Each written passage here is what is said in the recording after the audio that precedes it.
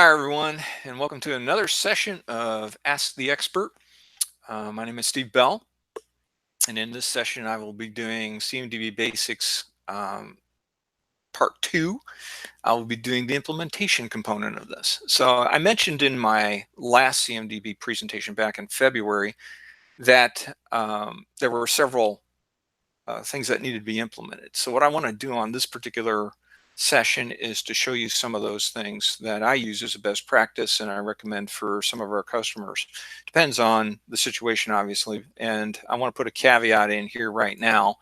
If what I'm about to show you is basically for helping out on your CMDB on your implementation. But if you choose to implement these modifications, they're entirely on your own risk.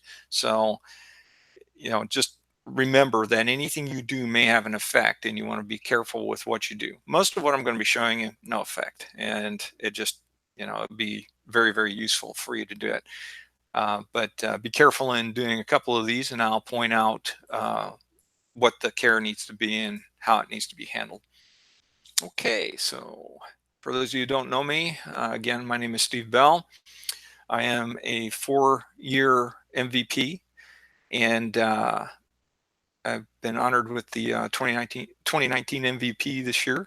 Also, I am a member of the Expert Bureau, the Advocate Group, and I do a considerable amount of work on the community as far as blogging and Ask the Expert sessions. I am certified to teach in 12 different topics, and then also I am certified in a number of major and micro certifications. My main areas of expertise are surrounding the CMDB. Okay, so what am I going to cover in this session? Again, this will be talking about what needs to be implemented or what you might want to consider implementing to help you out with maintaining your CMDB. Mostly what I'm going to be covering surrounds the area of manually entering information into your CMDB. Okay, I'll be talking about the form factor field, what I consider to be the best kept CMDB secret in ServiceNow. It needs to be pushed more. It is a field that does not exist on the current CMDB forms anywhere, but it is in the database, and it will help you in many, many ways. I will cover this here as the very first thing. Next one is what is the minimum information you need to enter into a CI to keep from duplicating CIs. So let's say I manually enter a CI. How can I keep that from being a duplicate CI? How can I get discovery and other discovery type services to actually recognize the CI I've put in manually and update that CI? And I'll go over that information. Oh, by the way, on this previous one, on the minimum configuration, I'll also be talking about required fields and for data entry that are not marked as required. Incident form. So a lot of people have a lot of questions on this, and I answer tremendous number of questions from the customer base on this particular form and having to do with configuration items. So I'm going to talk to the configuration item field, the business service field, and then the affected CIs. Also, there is a couple other things I'm going to be getting into with the incident form. The affected CIs themselves have got some interesting things going on with them that I'll talk to. Okay, so next one is a big one. How to implement identification and reconciliation. I'll be kind of going over that from a high level, but I'll be showing you some of the things in a demo. And then why this is important and what are the minimum components that you want to implement. This is a big deal, a really big deal, especially when it comes to manually uploading large amounts of CI data or just manually entering a single CI, and then how this would affect or how it can be, the effect of that manual implementation can be minimalized. There are some gotchas in here that I want to be careful to cover, and we'll get to that here in a bit. All right.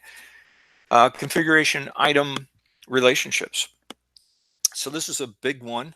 Another one that hopefully I'll be able to cover in this 1 hour, along with everything else that's there. This one has a lot of gotchas in it, and then some interesting eyebrow raisers. ServiceNow used to have the relationships actually on the menu, but they've removed it. And I mean removed it as in deleted it, but they didn't bother to say why they did it. So I'm going to talk to that a little bit and the dangers of this particular table, and then how to take a hard look at it and get it back onto the menu. All right, so first, form factor. Dun, dun, dun. So a lot of you probably never seen this particular field. This field has to be added out of, it's not on the out of the box in the computer form.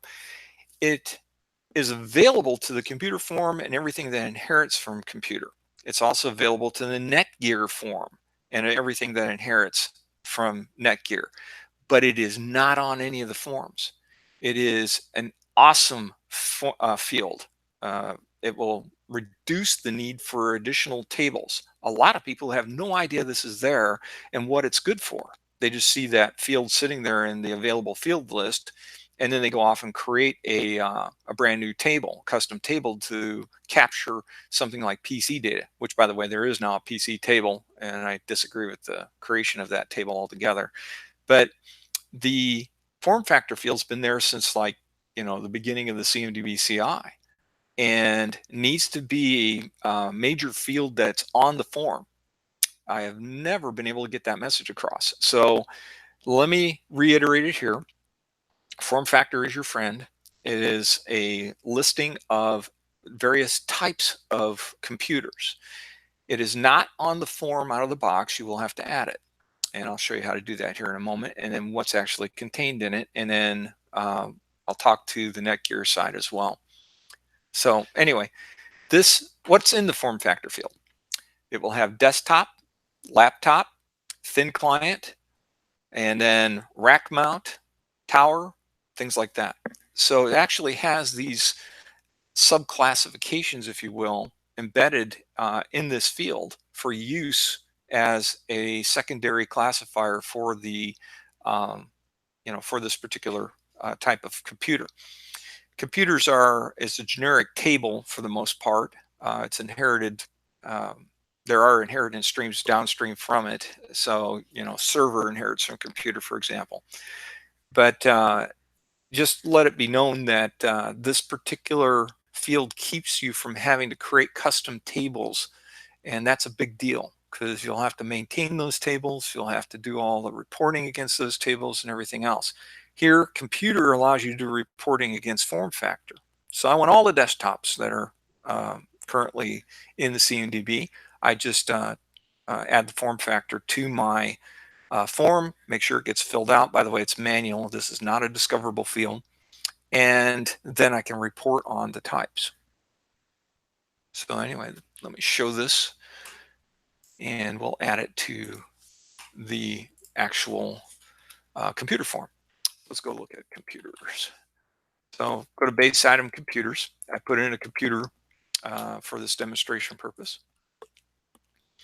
Under this, you'll notice this is the computer form. If I look, there is no form factor on any of this. No, it's totally missing. I can't find it. Doesn't exist. All right. This is out of box form. So right click, configure, form layout. I hate this tool, form design, mostly because it will name your fields automatically for you if you're not paying attention to the, and hate is a strong term, I know, but it's because it's bit me so many times in the past. It's got a bug in it, and that bug is that it names your fields after the type, not after the label. Form layout, any new fields you create, names them after the label automatically.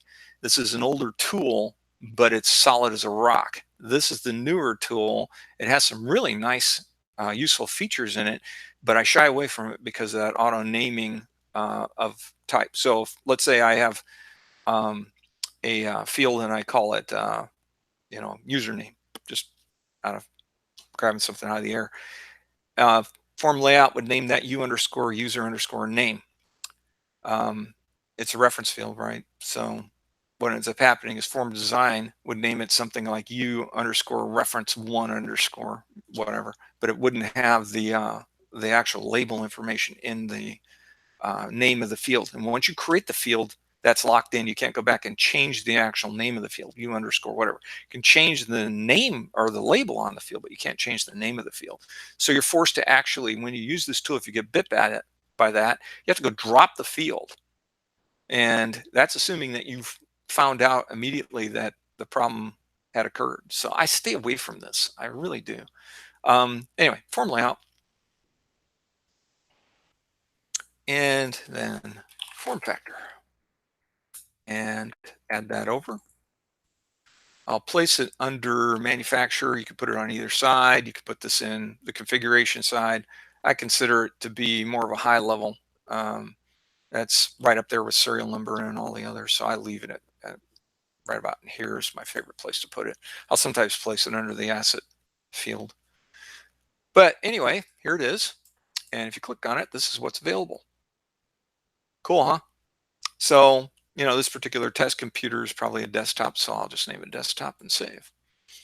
Now, it is a manual field, and, there's been talk, me and some others have chatted about automating this in Discovery, and, we know what some of these models are, and there is a way of doing well-known kind of things when you're creating the models, and I've played around with that idea for a while. And then once what this is, SUSE 53 is a desktop always. So, what type is it could actually be auto-populated in Discovery into form. Hey, we got some comments quickly on the live chat.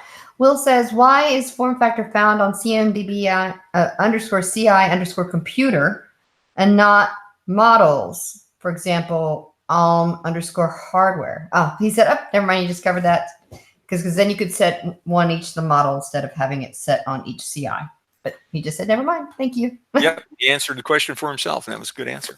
One of the things having to do with form factor that I've been asked is, why isn't it on hardware? There are several things that extend from hardware. There are several things that extend from CMDB CI that are not, that won't have a form factor of any kind. Rack mount is about the closest you could come to some of those things, but then that ends up in the Netgear world anyway. So yeah, there's this is a well thought out field that was added early on in the game, and I highly recommend implementing this. The only downside is it is not discoverable, so it's right up there with asset tag and having to be added in manually. Frankly, you could go down and pull up everything with a particular model ID and manually do this from the list view. And so you could do a bunch of them. I've just added here. Like I said, best kept secret. Really astounding, actually, that it isn't used more. And then you could just go down through and modify all these, mass modifications on anything that was discovered. Just periodic CMDB maintenance by your administrator. But I highly recommend this. You have to add it to every form that you want it in, obviously. So for servers, we'll go ahead and add it on the server form. Assumption. Yeah, so base item servers, new. Someday it'll come back to me. Configure, and notice it isn't in there. So you have to add it.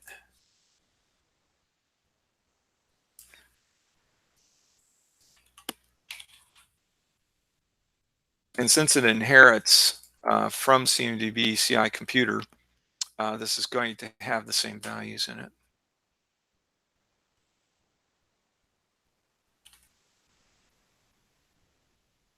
And blade, rack mount, and standalone are more server oriented values anyway. Then on the hardware side, you want to go to the Netgear. Now, there isn't a Netgear menu item. This is the root table to everything having to do like IP computer, I'm sorry, IP router, IP switch, IP printer, and so on is available here. And you can see, again, very similar hardware looking configuration. And this one has a form factor as well. Used to. Now, that's very interesting. So that field has been flicked, and I was not aware of it. I wasn't even going to show you all this from the Netgear side because I never use it over here. This was a field here at one time. It is now gone. So something new has been added or removed in this case. So to me, it wasn't as useful over here because most of this stuff is rack mount or standalone. So not much to happen. That's very interesting. I didn't know this. We've got some more comments coming through. Larry says for servers, there is a chassis type.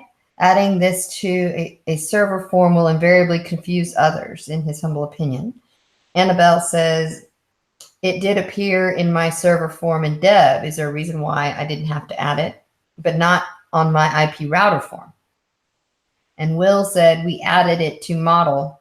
Then we wrote a business rule, so when the model is updated, it copies it from the model to the CI. That way, it is automatically maintained as long as the models are correct. Yeah, I'll have to look that over, but that's interesting. Yeah, the chassis type can lead to some confusion. There are some interesting things also that I'll get to later on other identifiers. We have a similar field sitting in the business service side, and I'll get to that here shortly. This is a very interesting development for me because I wonder when it got removed. I haven't been over to the Netgear side to see form factor because I never use it over here. I was using on the computer. So this was a new development to me. Okay, anyway, so the idea is to allow for better reporting and to remove the need for custom tables. And that's huge on both counts. Okay, so now back to the prezo. Okay, that pretty much beats form factor to death. Let's get on with a couple other things.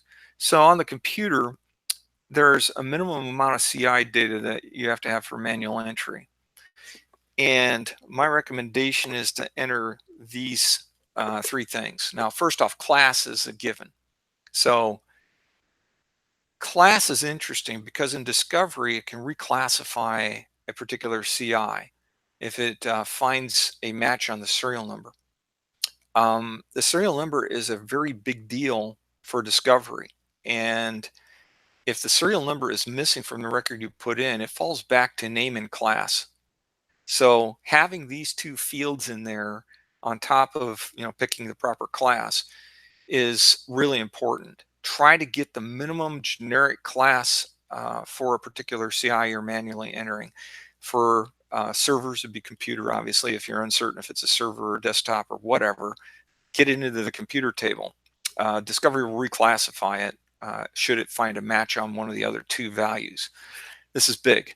So these two fields, name and serial number, are the most important for creating a CI and then not having it duplicate later on when discovery runs. If you leave these fields either one blank, discovery may dupe the particular record, especially on name. So name and class, it may have a problem with it, especially if the class is different. So if I accidentally have something named as test computer and under IP router, I'm pulling one out of the air here, it would actually duplicate because discovery would come along, find test computer as a computer and classify it as computer and would duplicate it without realizing it had done so. So try to get the class the same. And I've had people upload data to the wrong tables and then have everything classified incorrectly. I've also had classifications that have been that were too generic CI classifiers that were way too generic, and they actually created an issue in that the classifier wasn't able to classify the thing, and it fell all the way through all the possible classifications, and there are a considerable number of them. Ended up going to a generic classifier like IP router, IP switch, or one of those, and identifying it as an IP router server or something crazy like that. And then later on, when um, more information was put into the overall other side, I was able to discover stuff, more information on it. It came back and it never cleaned up the classification. And this has been a problem. One of our customers where we've had to go back and refine the CI classifiers a bit to capture the proper classification, or create new classifiers to classify the found devices properly. So watch out on the classification side. But for manual entry, try to get this kind of information in. And this is a big deal. I see this all the time with manual entry, failing to get serial number in. And then crazy things happen because all it's got is name and the classification goes wonky for some reason. And then you got problems with possibly thousands of duplicate records sitting out there that you'll have to go figure out and clean up later on. So manual entry, these are the important things to remember to get in. I am huge on serial numbers. Don't put a CI in unless you get a serial number. By the way, discovery goes serial number, class and serial number, class and name, and then it tries any of a dozen different other more generic matching rules after that. For that reason, you want to be very careful about making sure that manual entry gets this information in there. I'm being pedantic here. I'm pounding the same drum. I've seen it too many times where people left the serial number off and it just created havoc.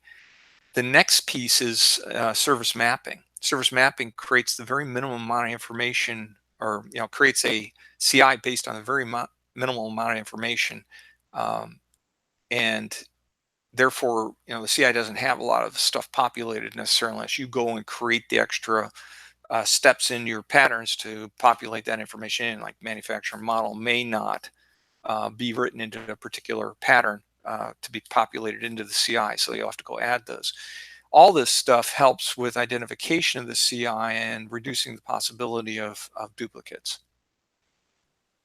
But yeah, enough on that topic. Okay, a little bit on incident forms. So on the incident, real quick, we got someone said CI with generic Windows OS, for example, the desktop and laptop OS are created in the computer. We have disabled generic classifier. The con side is that you'll have to add a new classifier manually for the new OS version. You bet you will. Yes. Thank you for bringing that up. I've run into a lot of stuff like this, and I think I view it more as growing pains in the pattern side, and we're getting past it as more and more information is gathered on this. The old probes and sensors side had a little bit better handling of this, where it would go for a generic and do a little bit better job on the generic handling. The patterns, it's almost an either or kind of thing, where it just says, "Oh, I'm one of these," even though it's wrong. And yeah, I've had to disable some of that stuff in order to get the pattern or even the probe sensor combo to work correctly, in that it doesn't identify something as something else.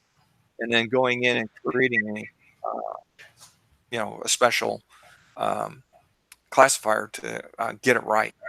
So unfortunately, there are some more advanced steps that have to be taken in the discovery side, and also on the service mapping pattern side, to capture some of these newer operating systems or newer devices. I've been having a lot of trouble recently with Windows-based SANs. So Windows-based what? SAN switch. Oh, So SAN. yeah, it's a Windows-based NAS or Windows-based SAN, which is a network disk and network storage. And what's interesting about it is it has SNMP open. So not only do you have WMI port open, you got the SNMP port open. So ServiceNow Discovery gets really goofed up on what it actually is. And if you don't have the creds for WMI, then it goes to SNMP and identifies it as an actual router or a switch of some kind and gets it absolutely wrong. And it should properly identify it as a SAN switch, but instead it goes off on a wild hair and sometimes gets it as an IP router or doesn't know what it is at all. But because of the WMI, the first thing it does is try to identify it as a Windows device. And it goes, oh, wait a minute, SNMP's open too. Now what do I do? So there have been some issues along those lines. And we've had to actually go in and disable some of the handling and create special handlers for such things. All right, moving right along. So in the out-of-the-box incident form, you'll see two fields. One of them is a new one called business service. And the other one is configuration item field. I've seen this renamed, the label renamed as affected CI in some cases, but it's really configuration item. And these fields are for the association of information concerning the incident. So we had a particular application service go down or a business service go down, or we had a particular configuration item or one business service and one config item that are combined somehow, identified as being associated together, are placed at the same time. So this is an either or and. Anyway, long and short of it is, business services are CIs, but they're hooked in through CMDB CI. It's not through the hardware side of things. So they don't actually inherit through the structure of the discoverable CI's world. Instead, they are manually entered and then associated via relationship to other CIs downstream that are in support of that particular service. Configuration items are manually entered or discoverable and can be discovered by ServiceNow Discovery, service mapping, or an external third-party tool. But that's what this is for. That's why these are important. And your support desk should be filling them in. Okay, so the idea behind all this stuff is there may be actually more CIs or more business services that are affected. Now, what's curious about this is you can create an affected CI list that is part of incident. But what's even more curiouser is it's not there out of the box, even though it's part of the structure. So I'm going to show you a little bit on that. So let's go look at a incident here. Now I created an incident a little bit ago for the purposes of this demonstration. So this is an out-of-the-box incident form. And you can see the business service and the configuration item. If I go to business services, I built a business service a while back, and I'll call it test service, and I can add that in. And I can look at the dependency views. There isn't one yet between business service and configuration item, but I've got a test server out there or a test computer. I'm going to build me a server CI while we're talking here. So I'll add one of those in here in a bit. But it can build a relationship between these two. Anything that is, since the business service is manually entered, it has to have a manually entered relationship to a CI downstream. I'm going to build one for that's called test service or server, and service will relate to server. The assumption is that this is a real CI and can be discoverable, but was manually entered. So that's that. Let's save. Keep that around. And here I can actually go look at this information for this business service. And I can see that it is a very critical one. I can also go look at the related server Now this relationship totally is esoteric. I haven't really gone and created a relationship between the two yet. That's what this is all about. If I click on this, it brings up the business service map and shows me what the dependencies are. And I've already created one for test computer in the past, so they actually can see it. So this is a used and used by. I may have flipped that backwards. Happens. But anyway, you get the idea.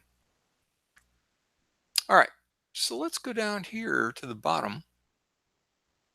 Now out of the box, there really is only one related list that's visible, and that's task SLAs. But there's also one called affected CIs. Affected CIs is actually an interesting table, and you can add values to it. You can create records in it, and it will give you a list of the actual CIs that are impacted by this particular incident. So it gives you the ability to add more CIs in, so I got multiple servers that were impacted by this, and I want to make sure that those are tracked along with this incident. Right click, configure, related lists, and affected CIs. That's all there is to it. Boom. This one should be there out of the box. I don't know why it isn't.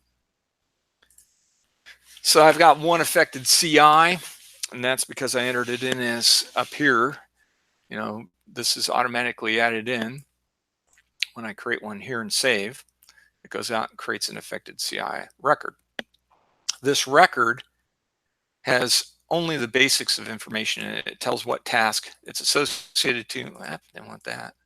Let's go ahead and open the record up and I'll show you. And then that's it. That's all there is to this. And so I've got a CI and I've got an associated task. The task obviously is incident. This table is available to everything on the task table and everything that's affiliated to, or actually inherits downstream from it.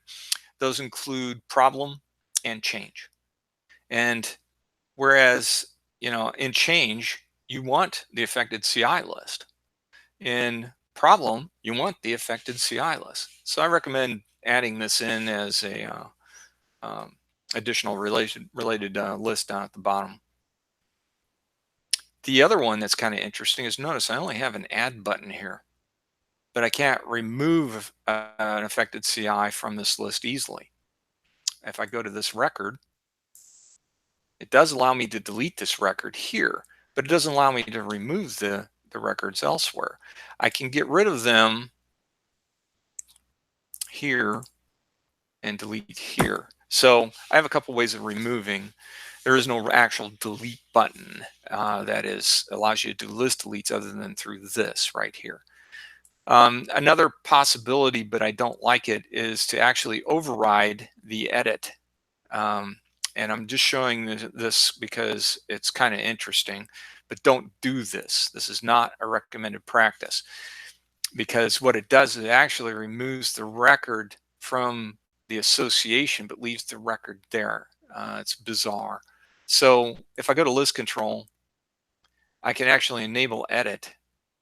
I'm not going to do it, but it will then allow you to remove via the edit control from that table. Don't do this. It affects everyone on the table when you do that. So wherever else you might be using this affected CI table, it would be there. Really all you want is either add or delete. And again, delete can be done inside the record itself or can be removed via the list view. So I can have multiples of these. I can go in and add. And if I had more computers, I could add them in very easily. It allows me to do multi-select and add a bunch of them all at once.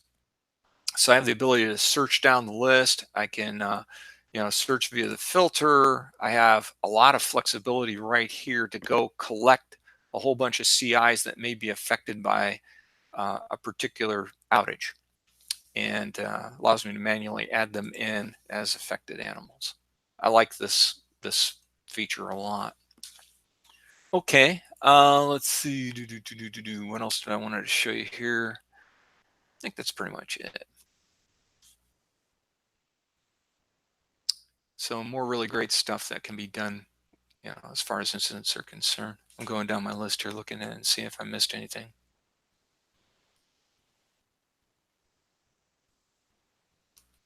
I'm going to do the addition of a server at this point. And I'll add a form factor to that server, and I want to have that around, and then I'm going to modify this. So I'm going to dupe this guy.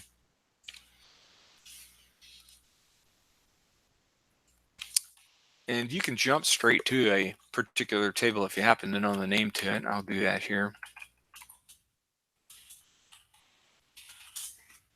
So all I did was I typed in the name of the table in .list. I don't have any records here, so I'm going to go ahead and create a new server manually. And I'm going to call it test server. I'm real original these days.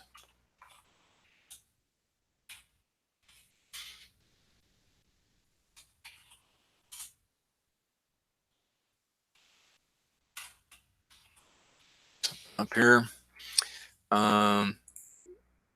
going to add, let's see, I've got a SUSE and Hewlett Packard. I think I'm going to look around for an SUSE something here.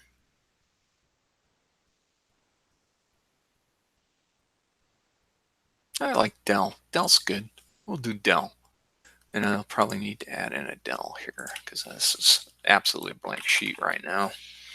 So I got a Dell manufacturer model. Form factor, it's going to be a rack mount. And what I'd like is additional information on the rack itself. Is this a 1U, a 2U, a 4U, that kind of stuff.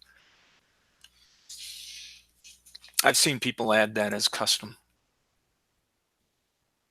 Okay, good enough for government work. We'll do submit. And then I'll just go with this for now. So I got my server. I'm going to go back to my incident. Excuse me. I'm going to grab that server and save.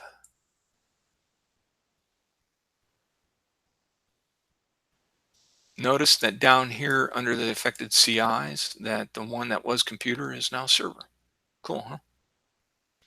It's smart enough to know that the old relationship between affected CI and incident wasn't there.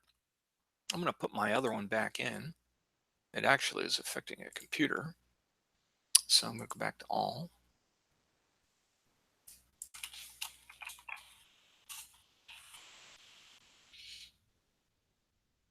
And I love this thing. This thing's allows you to refine the search even further. It's a very nice new field.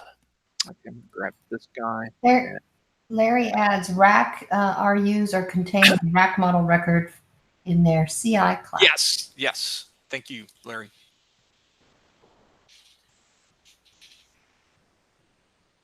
Okay, I've got both in here.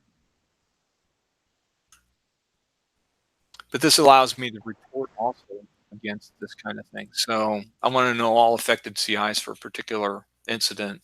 I can actually report on this.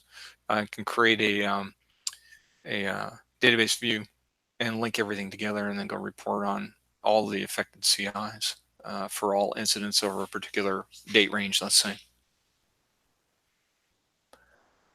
All right, so there you go. I don't have anything on this guy because I just created him. So I need to go create a relationship between my business service and my test server. I've got a single incident here. It's pretty cool. I can jump straight to that incident. I can look at all the affected CIs, all sorts of neat stuff. I can add relationships. I can add affected CIs. I can go straight to this guy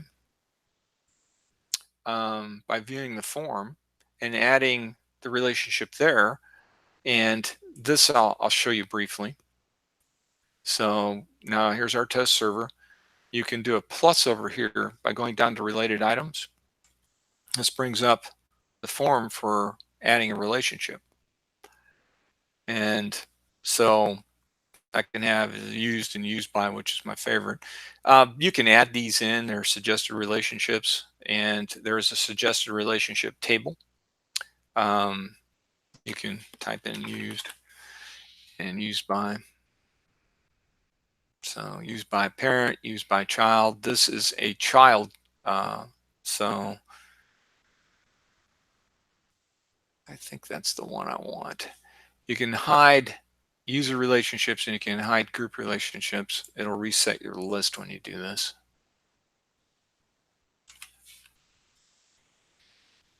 And I'll go with this. And then I have all of mine listed down here. And let's see what happens when I do this. So I have a test service. And I can add it in. This is plus. Yeah, I went one too many. Okay, test service to test server to test server. Yeah, get rid of this guy. Wrong one.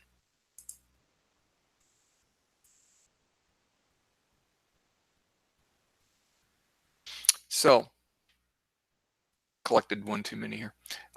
The one I want to show you, which I find much easier to use, even though that leads you by the hand through much of it, the one I like is to go right to the relationship table itself. Now, here's the problem. Under relationships for configuration, ServiceNow has removed the old relationship table link and it's no longer around. You can add it back in by modifying the actual menu item. I don't even bother. I create a shortcut to it. This is the name of the table, CMDB rel ci.list. So this is the actual CI relationship table where all the relationships are stored. And there will be a zillion of them here if you got discovery turned on, technical term. But essentially this is the table. So I'll go up here and create a shortcut, favorite, CI relationships, give it some fancy thing here. And now I've got a shortcut to the CI relationship table. And I don't have to add it to the menu or do anything terrible to it. It's only accessible by admins anyway, and you want to be very careful opening up the accessibility of this particular table. And that's one of the reasons why I feel it was removed from here, although I never got a straight answer on it. So it just disappeared one day and on one of the releases, and I've never, didn't bother me any when it disappeared, but in my discovery classes I talk about this. Anyway, so I want to create a new relationship. Actually, I want to get rid of that old one. My parent is going to be test. Yeah, so there's a problem. I don't have a business service listed here, right? Test server, test service. There it is. I'm sorry, I'm blind. And then my child is going to be test server. And then the relationship is going to be uses and used by. And to me, this is much easier to use. I don't have to go through the tool trying to figure out what I want to do. This is it. And then I just submit. Poof, and just like that, I now have a relationship. I'm going to delete this old one because the test service does not use computer, and computer does not use the test service. So I'm going to delete this one. Oh, not that one. Clicked on the wrong link. It takes you straight to the form. I always do that too. It's bad. Okay, open record. I could have deleted it the other way too. And delete. Delete. There we go. So now I've got this particular relationship established. Now, if I go back to this and I refresh this, where's my refresh button? I'll just refresh this one. Boom. So now I have a dependency between my business service and test server. I can view the map off this guy and make him central. And I can actually go to the form and see it listed here as well. And I have one incident on it that I can go take a look at.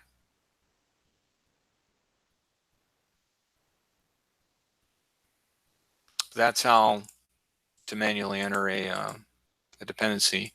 And I like the fact that this is a much easier, format. This relationship right here is much easier format for it. But anyway, tricks of the trade. You can also upload relationships. Careful doing that. Make sure that your CIs, the parent has the proper name on it. You can do it by sysid or by name on the uploads, and it will auto resolve. But if you've got duplicate CIs, it could get sick because it may end up pointing to the wrong CI. So watch your names. This is the one area where doing mass uploads to relationships is tricky stuff, and you gotta make sure you got all your I's dotted and T's crossed. Your parent and child names need to be unique, and the relationships need to be unique. Let's see if there's anything else I wanted to talk about here. Okay, reconciliation rules. So how are we doing on time? Good.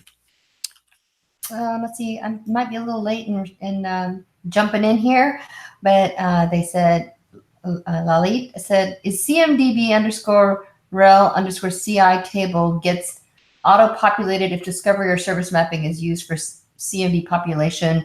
Someone else said, yes, it does. And they said, Yep. thanks. Do you want to just talk about that or no? Yes, it does on both counts. As a matter of fact, that also needs to be understood. And when you do manual entry here, it does look at this. It is possible for it to create duplicates. So if you've done manual entry and then you do discovery, go take a hard look at your, this is why I always add this link in. Take a very hard look at your relationships when you're first starting to do discovery and you've got manually entered relationships that are between discoverable CIs. That is something that could really cause a lot of pain. What ends up happening is it doesn't break anything. It just makes it noisy. I've had in discovery, I've had multiple linkages appear, and they're all the same. So what I'm talking about is the relationship table does not keep you from creating multiple relationships. Let me show you what I'm talking about here of the same thing. It does not dedupe. So let's insert and stay. Boom. Okay, so in this particular case, it wouldn't let me do it. That's a good thing. But there was another one. I think it's on the uploads. I bumped into it where it will dupe.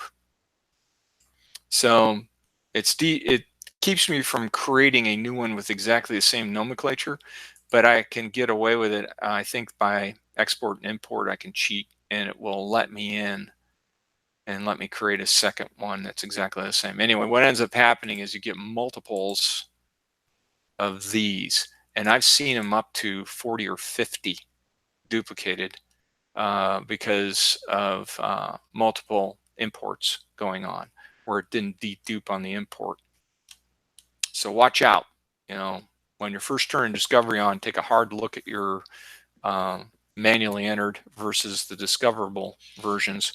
And by the way, I think this has the created by, and so I usually throw these out there too. And then what happens is I can see if it was manually entered versus mid-server writing the record in or service writing the record in. So watch out for that stuff too. I've seen the dupes and it gets really mean. It also can create havoc with your BSM because you got the same, you got multiple relationships. I've seen 40 relationships all wrapped together and pointing at the same CI and crazy stuff. So it won't let you manually enter a new record over the top of, to dupe an existing one, but there are other ways that it can occur. So watch out for dupes in your relationships. Any others? Any other questions? I haven't seen one come in quite yet. Okay, good. But if they come in, I'll interrupt you. All right, we got one more section I wanted to cover here, which is identification and reconciliation. And this is one of my favorite areas because it helps out so much and so few people implement it. So let me clean up a little bit here. So a little bit on reconciliation. There is, let's see, let's get under it. Identification reconciliation. Okay, so here's the CI identifiers piece I was talking about earlier. And these are all the out of the box identifiers. Um, I think there are some down at the bottom of the list. Let's go all the way to the very end that are actually deactivated. I probably could get rid of just the actives, true. But it seems like there was a couple that are deactivated. The answer is no. All right, so there's an order of precedence. Let's see, not here. All right, so anyway, these are the rules that are used to identify various CIs. And let's say I want to, Windows asterisk win. Oh, come on. And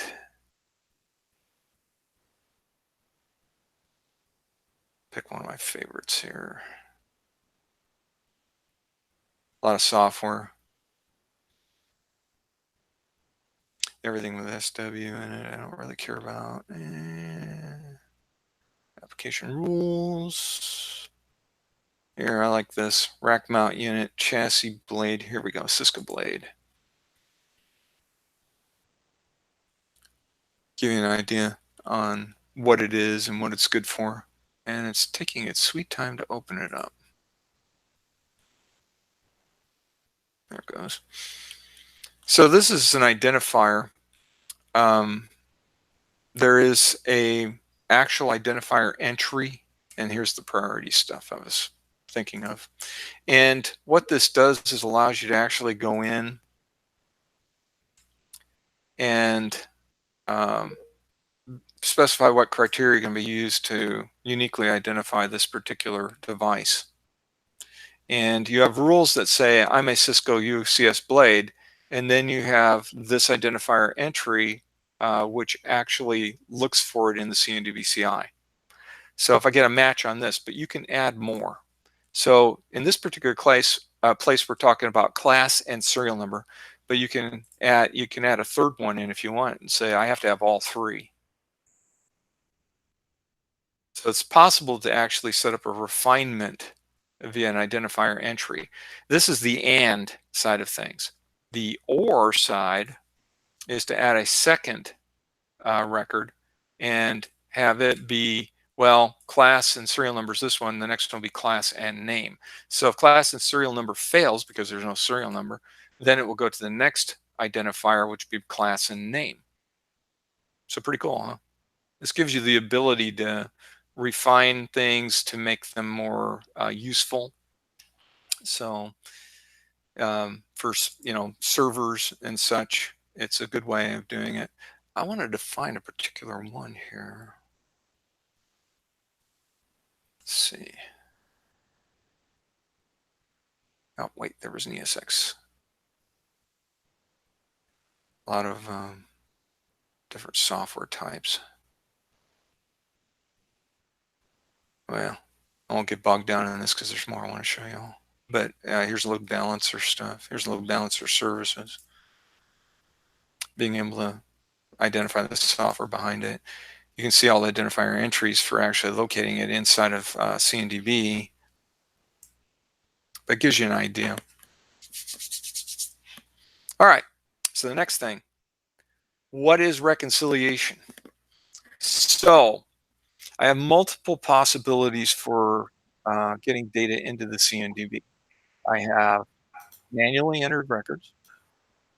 I've got a manual upload or bulk upload or batch upload. And then I've also got discoverable, discovery, service mapping, third-party tools, and so on. So here's a problem. Everything can step on everything else. It'll always be the last system that ran a discovery or entered data into a particular CI, and it will always overlay whatever it finds there. And out of the box, there's nothing that prevents this. However, you have a way of configuring things to keep this from happening. And that's what the reconciliation, definition, and precedence is all about, the data source precedence. These two right here do a good job of keeping, once it's configured properly, doing a good job of keeping things from stepping on other things.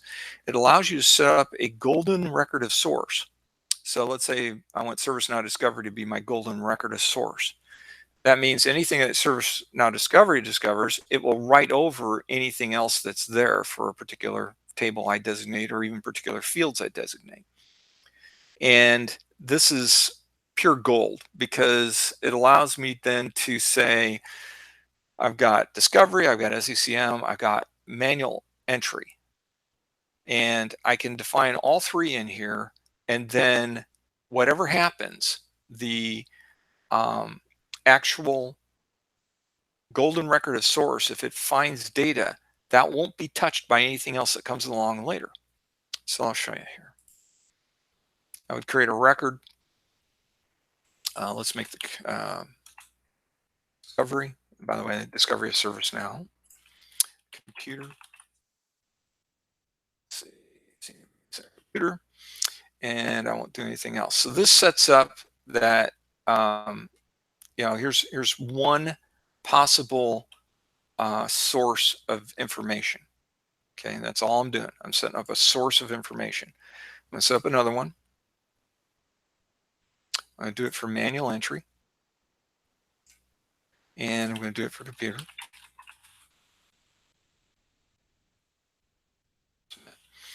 And I don't know if you noticed or not, but I can go into this data source and I can actually go in and pick certain fields. So I have the ability to actually go down to a field level and specify that certain fields can't be overwritten. But in this case, I've picked the whole table. I haven't bothered with individual fields.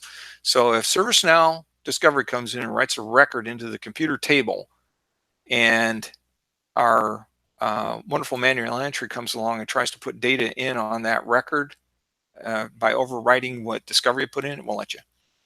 But which one of these is the primary and which is the secondary? Well, I have to set up the precedence on that. So the primary is going to be discovery. Again, computer. And the data source is going to be discovery, and the order is going to be 100. Okay, and the next one is going to be manual entry. And I'll make that 1000 because I may have others that come in later.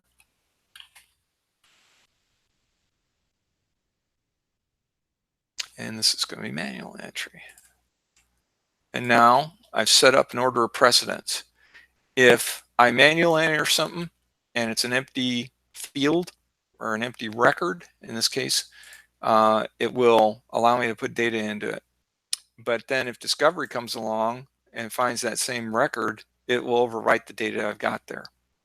If discovery comes along and writes data into a record, and then I try to manually enter that same data later, it won't let me. And there you go. It's that simple. But it takes a while to set everything up and get it right. Because you may have, discovery obviously handles everything in the CMDB. And if you've got other sources like SECM, you've got to have an alternate record for everything having to do with SECM. So 100, 200, 300, 400. So this can get kind of mean. I usually set it up in a spreadsheet and then upload it. It's easier to edit everything in a list like that. Okay, that's pretty much it. I was going to go over a little bit on data refresh rules.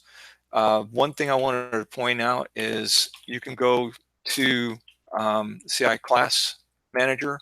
This is a great tool. It allows you to set up for, and I actually prefer this to what I was just showing you. Computer, and then I can pick computer. I can pick reconciliation, and then I've got the reconciliation stuff. Data refresh rules allow me to manually set up manual entry after 30 days. for stale records. So the data source in this case would be Discovery, so ServiceNow. And I could set up something like 30 days from now if the data is stale, then allow another source to override it. So if I have a record that hasn't been updated by Discovery in 30 days, I can manually enter information over the top, and this overrides the data precedence reconciliation stuff. Highly recommend looking at this, especially for any sort of stale information. Okay, and that's all I've got for this particular session. My next one will be a demonstration of best practices in scripting. Thank you for attending.